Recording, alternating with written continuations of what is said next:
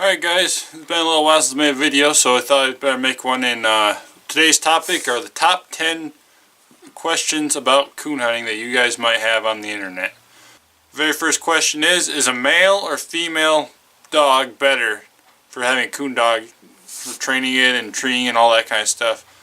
What I think is, it really doesn't matter. You can get either a male or a female. You can tree a coon, you can get a male that won't, you can get a female that won't. It's all about your training and just the dog's personality. Some just want to do it more than others do. From what I've heard, females usually tend to be a little bit more loyal and willing to listen. But Diesel blows Dixie out of the woods, so it's all just a preference of what dog does what. You could get either one, whatever you want. Males are usually a little cheaper to get neutered. But then with females, you gotta worry about if they're in heat, if you're running them with any more dogs. But usually whatever you get's fine. If you get a male, you get a male. You get a female, you get a female. There's really not a whole lot to that question. It's just whatever you prefer. Question number 2 is, what is the best breed of coonhound? For this question, I'd easily just say blue tick and just call it a day, hang your hat and say see you guys later. But we're going to go a little in depth here. Each breed has its own perks. Some, I'm pretty sure, like blue ticks have more of a cold nose, so they'll pick up on the older tracks a little better. So if you get, you'll hit a lot more dead trees with them, rather than if you just turn like a walker loose in the woods, you'll either get one or you don't. That kind of a thing. It's all just a preference of what you want, basically. You could. The 6 breeds I'm real familiar with are the walkers, blue ticks, English, redbone, black and tan, and plots. I've seen really good of dogs out of every single one of those breeds, and I've seen some pretty rough ones out of every single one of those breeds. So it's just all about your training and what you want, basically. Yeah, just whatever you prefer, I guess. But they'll all make a real good coon dog. It doesn't even have to be a purebred coon dog. My dad used to treat his raccoons with a beagle, so just however you want to train your dog, but however you want to do it. But in my opinion, there's really no best breed. I just go with blue ticks because that's what I prefer. But for anything else, for any of you guys out there, you get what you want and you'll be happy no matter what you get. Question number 3 is, can coon dogs be kept inside? And the answer is yes. I've got a good buddy, Mitchell, who's in that deer hunting video of mine. He has, I think right now, 4 blue ticks in the house, and yes, that's a house full. They're a little bit more stubborn to train because they're bred for hunting, so they're going to want to go hunting, and they got a lot of energy. But you can train them just like any other dog, just be a house dog. If you also want to train them to go coon hunting and be a house dog, you can also do that. I've got a buddy on Facebook that has a bunch of walker dogs, and he keeps them in the house and then he goes coon hunting. The only thing to that I would say is to make sure that you give them a good bath afterwards, because if they've been in that swamp or chasing them raccoons wherever they go, you're going to have some stinky dogs in the house. So, but yes, they can be good house dogs too. And they should get along with cats and stuff as long as you get them as the puppies and they grew up with them. But yeah, they're good in the house, outside, however you want to keep them. They're all good to go. Question number 4 is the best places to go and the best time of year to go coon hunting. Theoretically, you should probably be running your dog as much as possible. The more you run your dog, the better dog you're going to have. I know certain states have seasons. Like New York State has a kill season, October through the end of February, I believe. Like mid-October, mid-late October. And then there's a training season. I'd have to look that, because I don't know off the top of my head. As far as the best time, like I said, you should be running your dog as much as possible. When coon aren't in season, you can be using drags or something just to help keep your dog, or just take him for walks, give him some exercise. But for places to go, as far as time, the best time is probably late fall, early winter. As long as the weather's above freezing, we usually try and get out. As long as the weather's not too bad, the snow's not too deep. If you're hitting February, March time, you're going to be getting a lot more den trees. I think even a little bit of January, because you're going to be getting those big boar coon wanting to get with a female. So that's their breeding season. So they're going to be hopping from den tree to den tree looking for a hot date, and your dog's going to be hopping from den tree to den tree after them. So that's just something to keep in the back of your head. You're probably going to be running a little deeper, running a little longer, and you're going to be finding a lot of den trees. But as soon as those leaves come off, you're going to be having a lot better luck. And for best places to let them go is if you hunt the same woods a lot, you'll find a real good spots just by where your dog keeps lighting up. Usually like creek beds or cornfields or ridges or anywhere where there's a food source for raccoons or there's a good crossing path. That's a good place to let them loose. What I usually used to do, and I still do, is I just put Diesel on the leash, and if I'm not too sure of the location, I just take him for a walk, and as soon as he starts howling, that's when I cut him loose, because I know he starts pulling me real hard, I know he's on one, so I just cut him loose and wait for him to start singing. But that's what I would do, just look for cornfields or rivers, creeks, any type of water sources, ponds even. You gotta have raccoons in your woods. If it's a decent little piece of woods, you gotta have raccoons somewhere in there, and you just gotta get a dog to sniff them out for you. Question number 5 is, should I get a puppy or an adult dog? I would recommend getting a puppy so that way you can train it as soon as you get it all the way up to its full life. There's nothing wrong with getting an adult dog. I know people have different situations and they just get adult dogs, or that's what they're looking for. They don't want to go through the puppy stage. I would just, what I've always done with my dogs, and I can't speak with too much experience because I only have the 2, but I see it as if you get the dog as a puppy, it looks at you the whole lifetime as being its master or leader or whatever, best friend, and it just looks up to you and it listens to you, and you got the best little bond you got, and you can train it the way you want it. It won't pick up on any bad habits. Well, it still might, but that's your fault, not the previous owners. So you can just train it however you want to train it, and you can get the best dog out of that way. It's a lot harder to train an older dog new tricks than it is a puppy, trying to treat him how you want to do it. So I would go with a puppy, put a lot more time and effort into it, and that's how you get a good coon dog. But like I said, there's nothing wrong with getting an older dog, just a little bit more work. If you want to buy a dog that's already trained, be my guest. I don't have too much experience with that, but I know a lot of people that do it.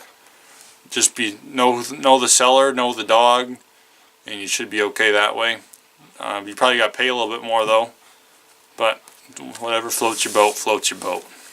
Question number 6 is how to get your dog to only chase raccoons. What I did was, I was worried that Diesel was going to chase after a deer, so during the bow season, when I shot my deer with a bow a couple of years ago, when he was still a puppy, just a real little guy, I let him sniff it real good, and any time that he got near that deer, I would just yell at him real loud, because he doesn't like loud noises that much. Well, besides a shot, like 22 or something, he's not afraid of gunshots, but he doesn't like me yelling at him. You can swat him on the butt if you want, but don't get abusive with your dogs. There's no need for that. The shot collar would also work if they start going on like a possum or something. You can give them a little zap, but like I said, I don't see the purpose of really hurting your dog that bad. Just, you're training him, you're not trying to beat your dog. So what I did was I let him sniff that deer and just yelled as loud as I could, scare the crap out of him. And ever since then, he does not mess with deer. I've never had him chase a deer, but I didn't want to chance it, so that's what I did. And I just did it a couple times until he learned. He would just start walking around it. He didn't even want to sniff it anymore. And then just to further the point, I would take like a coon skin, do my drag, like you've seen my videos, and then do like a deer tail or something that I got. Do a drag right next to it, even cross the trails, and cut him loose, and he would just go flying down that coon trail. He would care less about that deer. He's ran past deer, he's treed next to deer. We've had no issues with deer, possums, nothing. If he ever treed one of those or got off trail, that's what I would do, and it seems to work with me. Like I said, I've done it since he was a puppy, so it might be different for an older dog, but I know a shot collar would also kind of work for that. Just get it in their head that that's not what they're supposed to be doing. and to get them only on the raccoons. I can also probably do a video on this later if you guys have any more questions on that. Question number 7 is, what do I need in order to go coon hunting? My answer would be, you need a dog first off, unless you just want to walk around with some spotlights on the cornfield, because we've done that. You need lights. I would recommend getting some, color changing, so you at least have a couple options, whether it be green or red. I think red, I want to say, works about the best, but it's been a little while since I've been out, a couple weeks, so I don't know off the top of my head. But I know red and green are real popular. White lights are real good too. The brighter the better. You want it to open up real wide, so that way it's not just focused in on one little area, but then you also want it to be able to focus in on an area if you think he's denned up or something. Yeah, so you need a light, a dog. I don't dare take Diesel out or Dixie or any of the dog out without a tracker system. So I got a Garmin to track the dog in case they just don't bark and I just don't want to risk losing my dog. So I got the Garmin, the GPS tracker, the collars for that, the lights, the dog, and if it's the kill season, then you want to bring a 22 or however you're going to take the raccoon out of the tree. Make sure you bring that along, and make sure you bring extra bullets because those suckers don't die. Make sure you got your boots on, because you might get a little wet. If it's a little chilly out, don't dress too heavy though, because you're going to be sweating if you get walking a little ways. But yeah, that's about it. That's all we really bring. Sometimes we bring a basket if we know, like a trapping basket, if we know we're going to be out for a while. It's just to drag them all back, because it's a bear just carrying the raccoons, because Diesel doesn't like to let loose of them.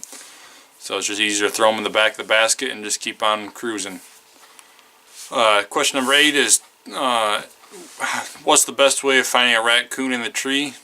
It depends on what kind of tree. We got mostly hemlocks in our woods, which are a type of like a pine tree almost. Then they're pretty simple to find in like wide open trees, obviously, because you'll just see the big blob. There's usually 2 or 3 of us, so we just circle the tree, try and get any angle you can, just shine the whole tree, shine it as much as you can. You can make noises, whistles, anything to get that raccoon to look at you. Just be looking for that eye shine. Look for those rings on the tail. Sometimes they just bury their heads right in there, and they just won't look at you. So just look for the body. Look for anything up there that could tell you it's a raccoon, because you're not always just going to see the eyes. Try the different colored lights, like I said. I think it's the red. It really sticks out in that big pine tree. Yeah, I found ever since I got that red light last year, I've seen so many more raccoons in pine trees. Because usually when we hit a hemlock, we knew we were done for. We just pet them up and call it a good day, because there's no way you're going to see them in there. But with those colored lights, it makes it a lot easier. But yeah, just light that tree up the best you can, make some noise, and hope he looks at you. And if not, just be on the lookout for a big ball of fur. And also check for holes, because it might very well be a den tree, and you're not going to see it if it's up in the den, unless you climb up inside of it, which I don't always recommend doing that. Question number 9 is, what's my favorite part of coon hunting? My favorite part is just watching the dog work. There's nothing like seeing all your hard work paid off when you cut that dog loose and watch him go and just start howling away, and you know he's on a coon, and he trees that thing. He sits there proud and happy and just barking away. There's nothing that can beat that. That's what drives me. That's my passion for it. It's just in your blood, I guess. Either you like it or you don't. That's just something I love to see and hear. Just seeing those coon dogs just howling away at that raccoon. Even if it's a dead tree, I'm just happy to see that all my hard work put into that dog paid off, and we got that coon up a tree. That's all I care about. I'm happy as can be. If there's any time that dog trees, I'd give him all sorts of pets and love and anything I do, just to really drive it home that that's what I want him to do. And it really shows, because that's a hard-working dog, and it just really makes me happy to see that. And that's my favorite part, is just seeing all the hard work you put into that dog pay off in the long run, and just seeing him work. That's what I like. And the very last question is the best way to train your dog. So I'm going to wrap up a lot of these questions into this one because that all kind of led up to this. The best way to train is, in my opinion, it's different for everybody. Some would say to just get a dog and run it with your older dog. I kind of tried that with Dixie, and she's still a little bit behind Diesel. She still hasn't treated her own yet, but we really haven't taken her all out by herself just because I feel bad leaving Diesel behind. But so I can't really rule that way out. But the way that I did it was start off with a puppy, work on drags, get them familiar with a coon scent, just really work with them as much as you can. The more time you put into them, the better dog you'll get. Not every dog is going to be a coon dog. You might buy a coon dog, but it's not always going to be a coon dog. There's a difference. So just put a lot of time and effort into it. Work on your drags, get them used to it. Then I upgraded. So just do your drag, eventually put up a tree just a little bit so they get the treeing part of it. Then you can start hiding it up in a tree, do farther and farther drags. Then you can switch over to a cage coon, see how they do that. Keep the dog back, open the trap up and let the coon get up a tree, and then let the dog off to chase after it and make sure he trees. Then you can start taking him in the woods and see what he does. There's nothing just beats that. It's just seeing how the dog does. You can't hurt the dog by letting him loose in the woods. As long as you got your tracker on, you know where he's going, and you'll be okay. They said Diesel treated his first one with at 6 months old out in the wild with not in a cage or anything like that. Dwayne, he just had his got a young plot female who treated her first one within 6 months. So just it's not too young to start training him. I got Diesel, I just let him for the first week or two, and then I just started working away with him, got him used to that coon scent, and that never looked back since. Help get him to bark and stuff. You just want to get them real excited. You just want that raccoon to be like the highlight of their day. You want them to just cannot wait to go out and go coon hunting with you, to go tree that raccoon, find that raccoon. That's what you want the dog to just be obsessed about, is raccoons. So the more you can get them on that, the more you can train them to be obsessed with the raccoon, the better you'll be. And that's how you get a good coon dog. I made a couple videos on making drags and stuff, so you can go check those out. If you have any other questions, feel free to leave them below, and I'll definitely could do another one of these videos. That's about it, guys. I hope this was informative for you. I hope it helps some of you guys out. It's kind of hard to answer all your questions all at once. I always try to comment back to whoever comments, so feel free to leave a comment. You definitely not overlooked or anything. So if we get a lot of feedback, I'll make another one. If not, I'll just answer your questions right in the comment box, and we'll be making some more videos here shortly, so stay tuned. Have a good one.